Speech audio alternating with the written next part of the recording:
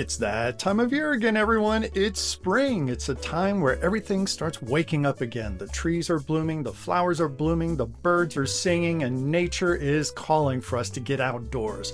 Well, on my outdoor patio, this is what it looks like after the winter, but I want to turn it into this. A beautiful little paradise where I can come out and relax and enjoy the sounds and sights of nature. In this video today, I'm going to take you through the 4 phases of what I did to make this happen. That's preparation, plants, fountain, and pond. First step, preparation. Really the only thing I had to do to prepare my area was to blow the leaves that fell out of the oak tree that's right behind my area, and I also needed to clean out my rock garden to make everything look like this. Here's my blank canvas. Now, the second thing I worked on were the plants. All winter long, my plants have been in the garage, nice and safe, but they're looking a little kind of droopy. So the past 2 weeks, they've been sitting in the driveway, getting some sun and water and that type of thing. My first big plant, the pygmy date palm. I have 2 of these that are huge and they're heavy and they're absolutely beautiful. My second big plant is the California elephant ear, which makes a nice center statement. And then here is the second date palm, pygmy date palm that I'm putting out there. So in design, you know that odd numbers work best, 3, 5, 1, 3, 5, that type of thing. And so I have 3 large pots. Now I'm working on my succulent section, where I have just a cluster of succulents that I'm placing in the ground. And keep in mind, what you usually start with is not usually what you end up with, and this little area is one of those cases where it's a constant evolution. But a nice little backdrop for my Buddha. Now for my small plants that I have, I'm starting with some palms. I have a nice little hanging cactus. I'm not going to hang it. I have a dracaena, and I also have some Boston ferns. They're just so tropical and they love the shade, and this is a nice shady area. Also have a nice beautiful macho fern and some creeping jenny that I'm going to place in the pond itself. Some monkey grass that I'm putting in a smaller side type of thing, along with some asparagus fern and variegated liriope. I think that's how you say it. And I also have some green liriope. In the pond part, I'm also going to be using this impatiens, but look what I found. I found this cool pot that someone had given me a few years ago from Mexico, and that makes a nice container for that little succulent right there. And also, by the way, Inspector Tattoo has approved the work so far, and I'm so happy because he's important. The next phase is the fountain phase, and this actually kind of goes more into the preparation because this has been sitting here all winter long, and the water in the container in the vessel underneath is really stagnant, really nasty, and pretty awful. So I need to get that cleaned out. So I moved the little vessel over to the side of the house, and I'm just going to give it a nice little scrubbing out. I find that if you do this at the beginning of your season, give everything a very nice cleaning, it will reward you throughout the season with fewer situations, fewer issues. I'm trying to clean out some of the calcium that has been growing in the pump, and it's working out fine. Now I'm just brushing clean the fountain itself.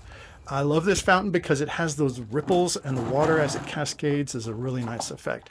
Now this is the pond from last season. I still have fish in there, so I don't want to just dump that out. In this video today, you'll see exactly what kind of upgrade I do to that pond. Next, I'm working on placement of the 2 main visual things, which are going to be the pond and the fountain. First thing I want to do is with the pond, I want to make sure that my pump works before I do the whole assembly, and bloop, bloop, bloop, bloop, bloop. It's working just absolutely great. I'm so pleased. I've had the same pump for 10 years. That's what, you can learn from just taking care of your stuff. It'll last.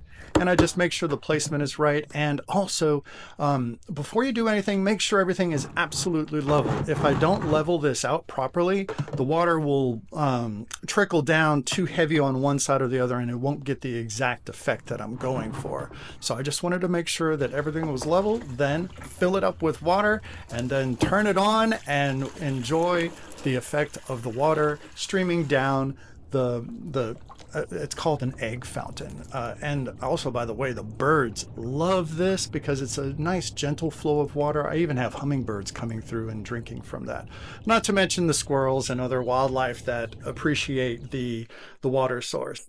My next phase is working on the pond. Now, to get the pond ready, I wanted to start by building my filter, and I'm starting with lava rock. Now, if you're using any of this rock like this or the pea gravel, make sure you absolutely rinse it out first. This lava rock is very good for biofiltration. A lot of your little biology stuff, your little bacteria, that's the word I'm looking for, love growing in here because it has all those nooks and crannies. But the rock is so full of dust and it will dirty up your water so badly if you don't rinse it out. So rinse that out. After I rinsed it, I have a little container I got from the Dollar Tree. I have a pump that I got from Lowe's. And I also have this polyfill that is going to be used as a mechanical filter. And then also some more hose for my pump to pump the water through my little bamboo spitter. So the first thing I'm going to do to build my filter is I place some lava rock on the bottom of my little container, attach my pump hose to the pump, and then I cover that with some of this polyfill, and that's going to filter out the water, filter out all the particles in the water very, very well. But on top of that, I'm also going to put another layer of lava rock, and this will be a great place for the beneficial bacteria to grow. That's the words that I was looking for earlier. This type of rock is perfect for your beneficial bacteria to thrive, and it's also very commonly used in the hobby itself. So you might want to get you some. After that, it's time for me to work on the substrate of the pond, which I'm going to use pea gravel. Now, just like I rinsed out all of that lava rock, I want to take and pour some pea gravel into my bucket and then just rinse. You will find that this is very, very dusty and it's a bit more difficult to totally clean. I actually had to put my hands in there and just stir it around like I'm making a recipe. But even after I did all of this, the water does come out fairly clear, but it did cloud my water in the pond just a little bit for a while, but then that quickly got filtered out, and I actually have perfectly clear water in my pond.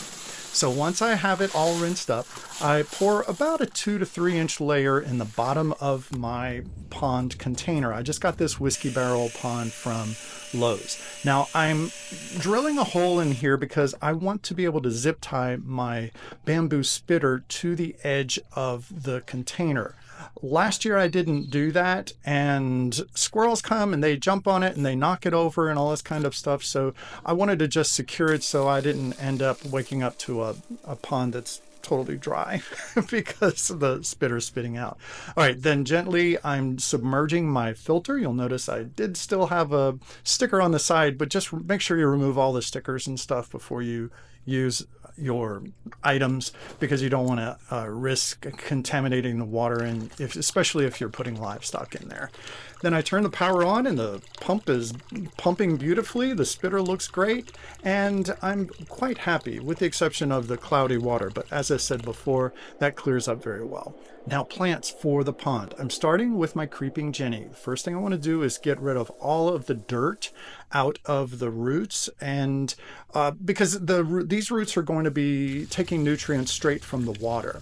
I did the same thing with the impatiens, and I'm placing them in a little basket I got from the Dollar Tree. I just filled the basket with some of that pea gravel, placed my creeping Jenny in there, also placed in some of the impatiens, and they are actually, it's been a few weeks since I shot this footage, and those plants are doing remarkably well. They're growing, they're thriving, and they're doing well. And they also filter the water out very, very well. And you'd be surprised the difference of your water quality with plants versus without plants. Now, I'm just propping this little basket on top of my filter that I placed some larger rocks on, and I have plans for my additional creeping Jenny to use these little floating rings. I got a floaty from, I think it's called a floaty. It's a pool noodle from the Dollar Tree, and I just cut these little about 2-inch thick rings out, and I'm submerging the roots And I'm like, oh, wait, that's going to tip over. It's not going to work well. So I'm just draping them over the edge of the pond container anyway. And that looks really, really good. And it works for me. And the water gets the benefit of those roots in the plants. Here is what I ended up with. It is amazing. I'm so, so pleased.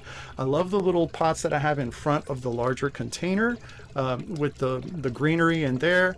And when you're doing this project, you just figure out what looks best for you.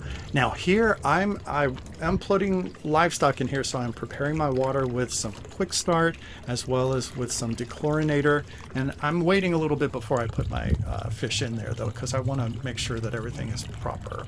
And then I have some Java fern, I believe it is, that is underwater plants, and they're going to also help with water filtration and stuff too.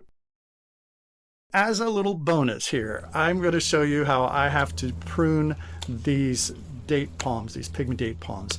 They're brutal, man. Don't do this without wearing gloves, because those little needles there they'll attack you and you'll be like, I hate this plant, but I love my plants. So whenever you do your pruning, it really helps the plants. It helps them thrive and flourish. And so I highly encourage, take the proper maintenance and care of your plants, and they will reward you in the end. Now look at the fountain here as it trickles down. It's so beautiful. It really is just like calling the birds to come and have a drink. And there's my little succulent garden area as well, and I actually have some blooms on those. And look, I put my fish in. Look how crystal clear that water is. They are loving it. I am loving it, and the sound is amazing. It's a totally relaxing little slice of paradise in my backyard. Well, I hope you enjoyed this video, and I hope you found some of the suggestions I had helpful. If you did, please don't forget to like and subscribe, and also check out some of my other DIY projects I have on my DIY playlist. I'll see you next time. Happy spring!